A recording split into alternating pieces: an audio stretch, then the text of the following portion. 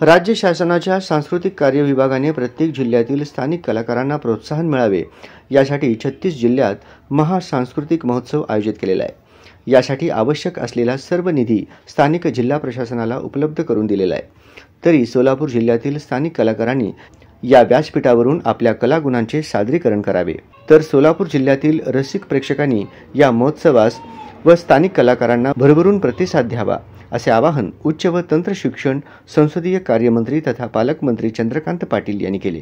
सांस्कृतिक कार्य विभाग व जिल्हा प्रशासनाच्या समन्वयातून सिटी एक्झिबिशन हॉल येथे आयोजित महासंस्कृती महोत्सव 2024च्या उद्घाटन प्रसंगी पालकमंत्री चंद्रकांत पाटील बोलत होते। यावेळी आमदार सुभाष देशमुख, जिल्हाधिकारी कुमार आशीर्वाद, सोलापूर शहर पोलीस आयुक्त एम राजकुमार, निवासी उपजिल्हाधिकारी मनीषा कुंभार, उपजिल्हाधिकारी महसूल अमृत नाटेकर, प्रांताधिकारी विठ्ठल उदमले व रसिक प्रेक्षक मोठ्या संख्येने उपस्थित होते।